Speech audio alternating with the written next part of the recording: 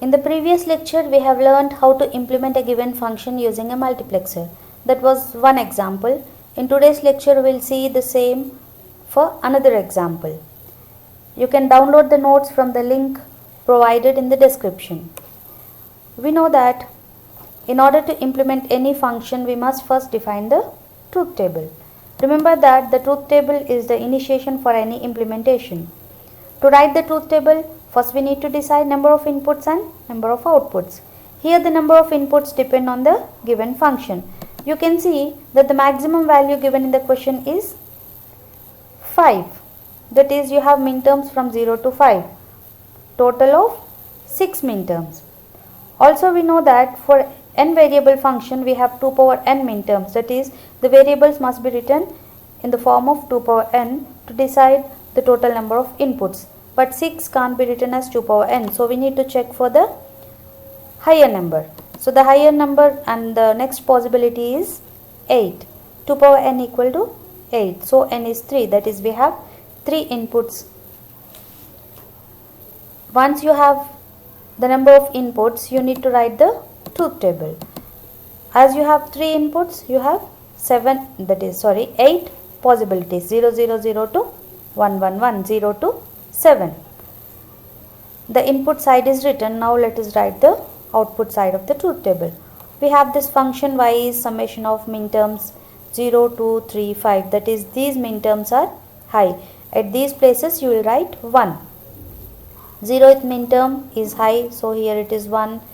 There is no 1 here, so here it is 0. 2 means at second place it is high. This is 1, 3, 1. There is no 4, so 0. 5 is there, 1. No 6, 0. And there is no 7 here. It is also written as 0.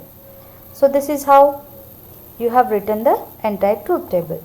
As you have 8 possibilities, that is 8 combinations, you need to take 8 to 1 multiplexer. So let us see how do we implement the function using 8 to 1 multiplexer. As we have 8 to 1 multiplexer, we know that it has 3 select lines as discussed earlier. We have discussed in the previous example that we will be taking the inputs as the select lines. The same way here also, the inputs of this truth table I am taking as select inputs, and the output of this functionality is taken as the input to 8 to 1 multiplexer. For instance, say ABC is 0, 1, 0. Means the value at the second port is steered to the output. What is the value at the second port? It is 1. So y is equal to 1 when the value of ABC is 0, 1, 0. This is how you implement the given function using 8 to 1 multiplexer. The same function can be implemented using 4 to 1 multiplexer. Let us see how do we implement it using 4 to 1 multiplexer. We have the same truth table, but let us look at the truth table in the other way round. I have divided it into 4 sections. That is, for value of AB 0, 0, 0, 1, 1, 0 and 1, 1. For all the values of AB, you have C as 0 and 1. That is, for the value of C 0 and 1, you have all the 4 possible combinations. And this is the functionality what we have already written. So from this truth table you can see one thing. When AB equal to 0, 0, y is the complemented form of C. That is, I will write y as C bar when AB equal to 0, 0. And when you see here, when AB equal to 0, 1, the output is 1 regardless of the value of C. So y is equal to 1 here.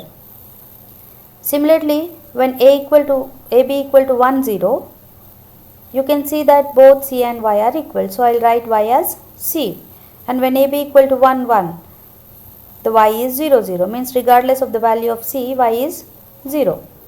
So this way you can write here, when AB equal to 0, 0, y is C bar, and when AB equal to 0, 1, y is 1. When AB equal to 1, 0, y is C, and when AB equal to 1, 1, y is 0. With this functionality, you can now draw the diagram. That is, you can implement the given function using 4 to 1 multiplexer. So the output of the truth table, we'll take it as the input to marks and the inputs as the select lines. This is how you can implement the given function using 4 to 1 multiplexer also.